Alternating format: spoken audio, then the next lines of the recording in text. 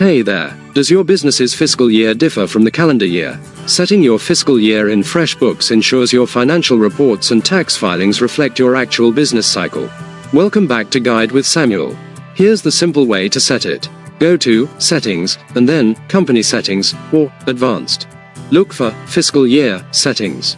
Here you can define the start month and day of your fiscal year.